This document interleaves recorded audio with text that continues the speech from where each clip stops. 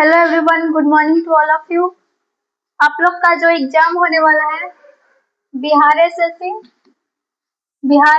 CGL, उसके लिए जो हम आप लोग के लिए बायोलॉजी की क्लास लेकर आए थे।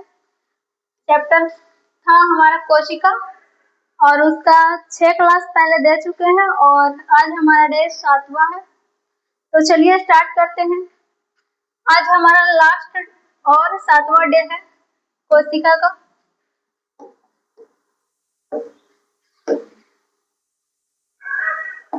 पिछला वीडियो में ना हमने सेल का कुछ पार्ट्स को पढ़ लिया था और आज जो हम सेल का जो पार्ट्स पढ़ने वाले हैं उसका नाम है वैक्यूल्स यानी रसधानी। तो हमारा आज का हेडिंग होगा रसधानी। इंग्लिश में इसे वैक्यूल्स कहते हैं। यह जो रसधानी होता है वो क्या होता है, तो कोशिकाओं में जो खाली स्थान होता है, कोशिकाओं में जो खाली स्थान पाई जाती है उसे ही हम क्या कहते हैं, रसधानी कहते हैं। तो यहाँ पे मैं लिख दूं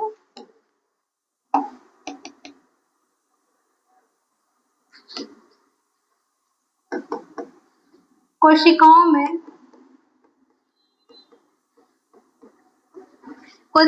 में जो खाली स्थान पाई जाती है, खाली स्थान, उसे ही हम क्या कहते हैं, रसधानी कहते हैं। यह जो रसधानी होती है वो प्लांट सेल में यानी पादप कोशिका में बहुत बड़ी होती है और एनिमल सेल यानी जंतु कोशिका में बहुत छोटी होती है। तो यहाँ पे मैं दूसरा पॉइंट अगर लिखना चाहूँ, ये जो रसधानी होती है वो प्लांट सेल में यानी पादप कोशिका में काफी बड़ी होती है, काफी बड़ी, और जंतु कोशिका में ये जो रसधानी होती है वो काफी छोटी होती है। जंतु कोशिका में यह काफी छोटी होती है।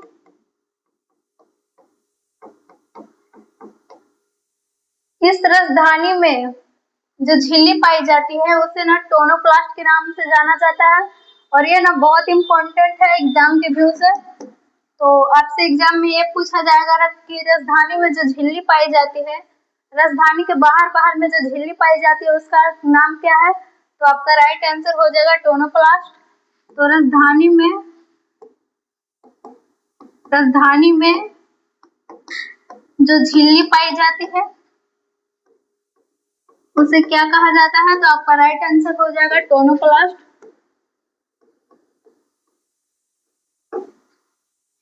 अभी तक हमने रसधानी के बारे में जितना भी पार्ट्स को पढ़ा वो हमारे बहुत इम्पोर्टेंट है। रसधानी सबसे पहला, कोशिकाओं में जो खाली स्थान पाया जाता है उसे हम क्या कहते हैं, रसधानी कहते हैं। ये जो रसधानी होती है वो पादप कोशिका में बहुत बड़ी होती है और जंतु कोशिका में काफी छोटी होती है। चौथा पॉइंट था, रसधानी में जो झिल्ली पाई जाती है उसे क्या कहते हैं, तो टोनोप्लास्ट कहते हैं। पांचवा हम देखेंगे इसका कार्य क्या है। तो ये जो रसधानी होती है वो कार्बोहाइड्रेट,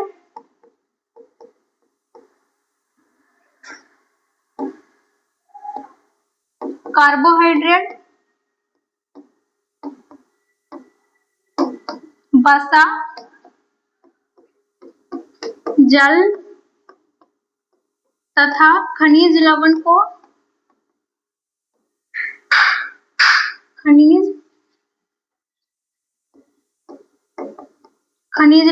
स्टोर करने का कार्य करता है। ये जो रसधानी है वो कार्बोहाइड्रेट, वसा, जल तथा खनिज लवण को क्या करने का कार्य करता है, तो स्टोर करने का कार्य करता है। आपसे एग्जाम में ये पूछा जाएगा कि यह रसधानी का कार्य क्या है, कोशिकाओं में यह रसधानी क्या कार्य करती है, तो ये ना कार्बोहाइड्रेट, वसा, जल तथा खनिज लवण को स्टोर करने का कार्य करती है। इस रसधानी में जो कोशिकाएं पाई जाती है वो कैसी होती है, तो मृत होती है। हमारा नेक्स्ट पॉइंट होगा रसधानी में कोशिकाएं कैसी होती है, कोशिकाएं कैसी पाई जाती है, तो आपका राइट आंसर हो जाएगा मृत कोशिकाएं यानी डेथ सेल। मृत कोशिकाएं अभी तक हमने जितना भी इसके बारे में पढ़ा वो सारे के सारे बहुत इम्पोर्टेंट थे। इसके बाद जो सेल का नेक्स्ट पार्ट है वो है ये प्लास्टिड यानी लवक।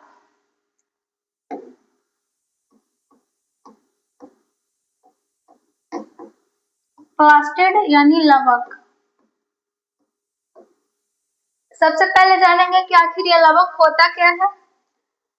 तो ये जो लवक होता है वो पाया जाता है प्लांट सेल में। प्लांट में जितने भी कलर होते हैं यानी प्लांट का जो कलर होता है, उसकी पत्तियां जो हरी होती है, उसका ये जो तना जो ब्राउन होता है वो किसके कारण होता है, तो प्लास्टिड के कारण होता है। तो इसमें सबसे पहला पॉइंट अगर लिखना चाहे तो ये प्लास्टिड पाया कहाँ जाता है, तो प्लांट सेल में पाया जाता है।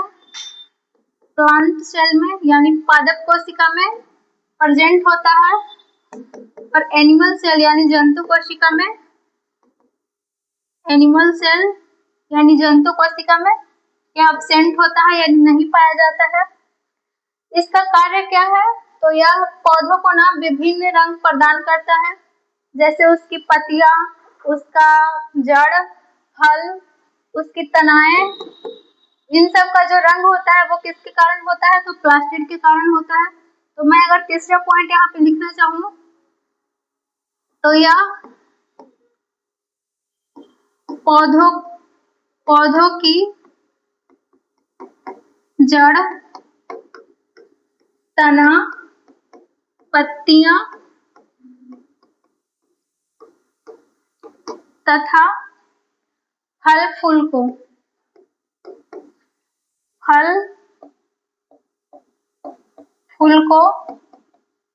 कलर प्रोवाइड करती है यानी रंग प्रदान करती है।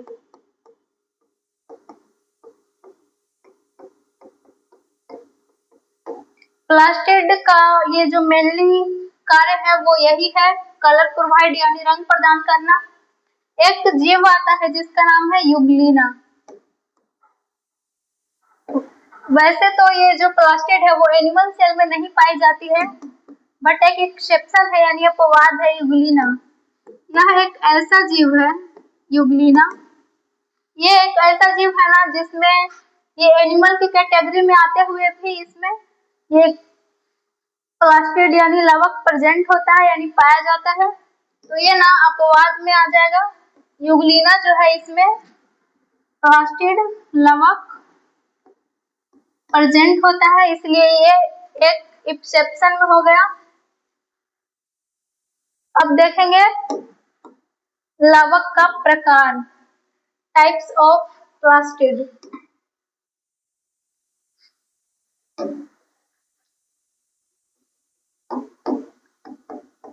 Types of plastid. लवक का प्रकार,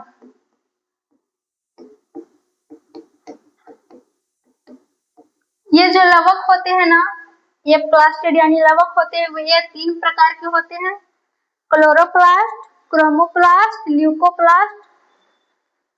और इसे हिंदी में क्लोरोप्लास्ट को हरित लवक, क्रोमोप्लास्ट को वर्णी लवक और ल्यूकोप्लास्ट को अवर्णी लवक के नाम से जाना जाता है। तो यहाँ पे मैं लिख दूं, इसके 3 प्रकार होते हैं।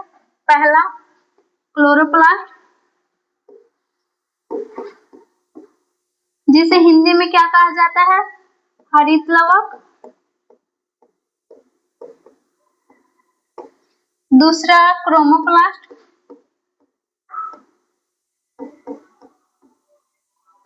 जिसका हिंदी नाम है वर्णी लवक।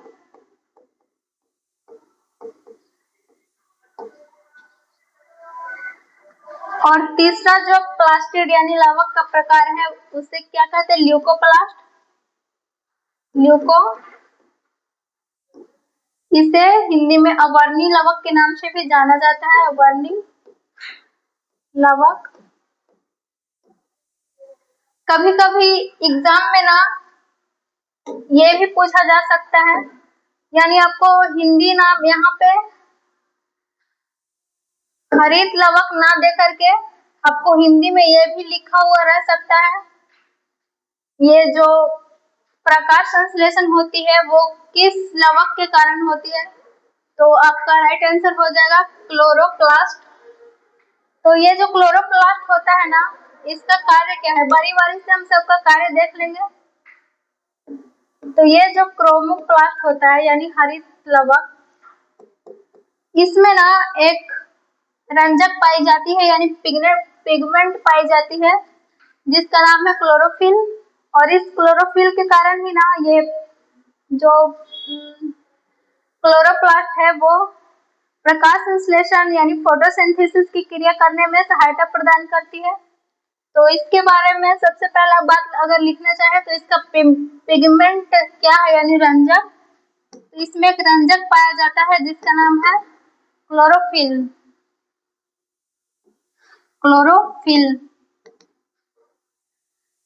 चूंकि इसमें ना क्लोरोफिल पाया जाता है इसलिए यह प्रकाश संश्लेषण यानी फोटोसिंथेसिस की क्रिया करती है। प्रकाश संश्लेषण, इसमें प्रकाश संश्लेषण की क्रिया होती है। ये प्रकाश संश्लेषण क्या है? तो पेड़ पौधे ना सनलाइट और खनिज लवण और जल की उपस्थिति में जो अपना भोजन बनाते हैं, ये पत्तियों में जो अपना भोजन बनाते हैं उसे ही ना प्रकाश संश्लेषण कहते हैं। तो ये जो क्लोरोप्लास्ट है इसमें क्लोरोफिल पाया जाता है इसीलिए यह प्रकाश संश्लेषण की क्रिया भी करती है। चूंकि यह प्रकाश संश्लेषण की क्रिया करती है इसीलिए ना पौधों में ऊर्जा गृह के नाम से भी कौन सा पिगमेंट यानी कौन सा ये प्लास्टिड यानी कौन सा लवक पाया जाएगा? तो क्लोरोप्लास्ट। इसे ऊर्जा घर के भी नाम से जाना जाता है, ऊर्जा घर या रसोई घर।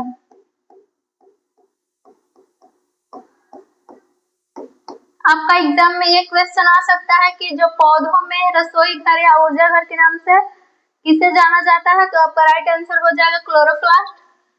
दूसरा है ये जो प्लास्टिड यानी लवक का जो दूसरा टाइप है वो है क्रोमोप्लास्ट यानी अवर्णी लवक। तो ये इसका भी कार्य देख लेंगे। तो पौधों में जो हरे रंग को छोड़कर और सारे जो कलर होते हैं, इसका ये पौधों को कैसा रंग देगा? तो हरा रंग प्रदान करेगा, हरा रंग प्रदान करेगा। और हरे रंग को छोड़कर पौधों में जितने भी रंग होते हैं उसके फल या तना, उन सब में जो रंग होता है वो किसके कारण होता है? तो क्रोमोप्लास्ट यानी वर्णी लवक के कारण होता है।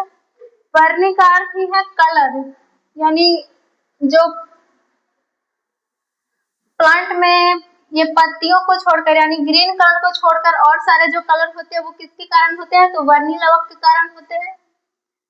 तो यह ना हरा रंग को छोड़कर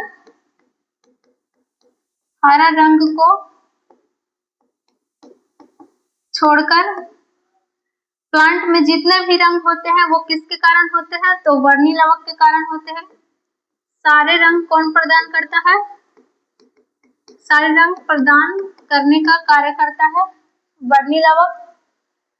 इसका बहुत बेस्ट एग्जाम्पल हो जाएगा बहुत सारे, जैसे गाजर का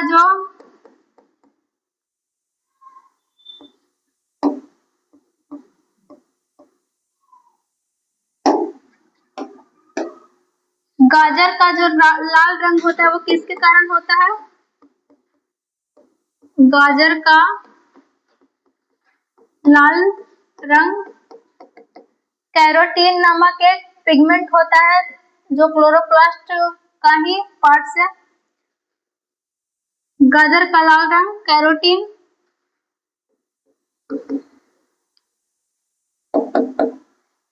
दूसरा है चुकंदर का लाल रंग, तो वो विटामिन। चुकंदर का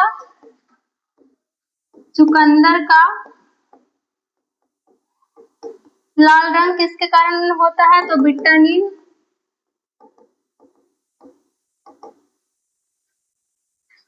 इस प्रकार से बहुत सारे यानी फल आ जाएंगे इसमें और तनाएं उन सब का जो रंग होता है वो किसके कारण होता है, तो क्रोमोप्लास्ट यानी वर्णी लवक के कारण होता है।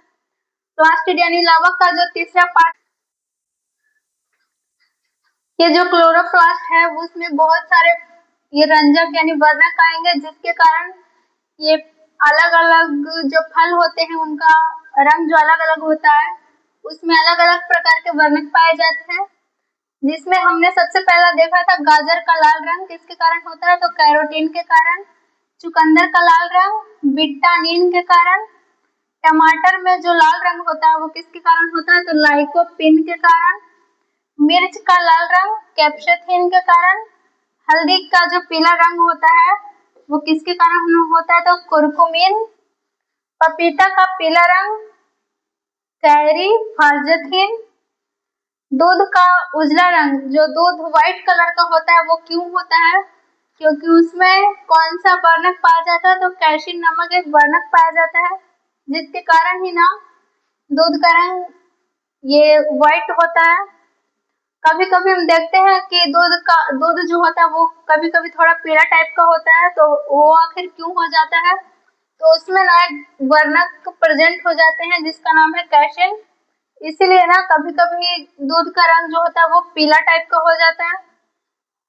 इसके बाद क्लोरोप्लास्ट यानी प्लास्टिड लवक के जो पार्ट्स है उसमें पहला था क्लोरोप्लास्ट, दूसरा था क्रोमोप्लास्ट, तीसरा है ल्यूकोप्लास्ट यानी अवर्णी लवक। तो यह पाया कहाँ जाता है, तो यह पौधों के ना जड़ में पाया जाता है। और इसका कार्य क्या है, तो यह भोजन को ना स्टोर करके रखता है। तो इसमें सबसे पहले हम लिखें तो ये पाया कहाँ जाता है, तो पौधों के जड़ों में। पौधों के जड़ों में प्रेजेंट होता है। इसका कार्य क्या है, तो फूड स्टोरेज यानी भोजन का संग्रहण। भोजन का संग्रहण, ये भोजन का संग्रहण करने का कार्य करता है यानी फूड स्टोरेज करने का कार्य करता है। ये जो अवर्णी लवक होते हैं वो 3 प्रकार के होते हैं। अवर्णी लवक यानी ल्यूकोप्लास्ट जो होते हैं वो 3 प्रकार के होते हैं, एमाइलोप्लास्ट, एमियोप्लास्ट और एक अलेरोप्लास्ट। सबसे पहला एमाइलोप्लास्ट। एमाइलोप्लास्ट, एमियोप्लास्ट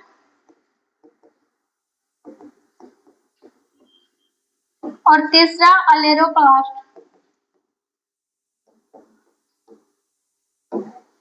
ये जो एमाइलोप्लास्ट है उसका कार्य क्या है, तो ये जो एमाइलोप्लास्ट यानी लवक का जो पार्ट्स है ल्यूकोप्लास्ट, उसमें जो एमाइलोप्लास्ट है इसका कार्य क्या है, तो यह ना कार्बोहाइड्रेट को स्टोर करने का कार्य करता है। कार्बोहाइड्रेट को स्टोर करने का कार्य करता है। और ये जो एमियोप्लास्ट है वो फैट यानी वसा को स्टोर यानी संग्रहित करने का कार्य करता है। और तीसरा जो ये अलेरोप्लास्ट है ये एमिनो एसिड को यानी एमिनो अम्ल को स्टोर करने का कार्य करता है। तो इसी के साथ ना आपका ये जो सेल यानी कोशिका का चैप्टर यहीं पे एंड होता है। इस प्रकार हमारा कोशिका यानी सेल का ये जो चैप्टर होता है वो पूरी तरह से एंड हो चुका है।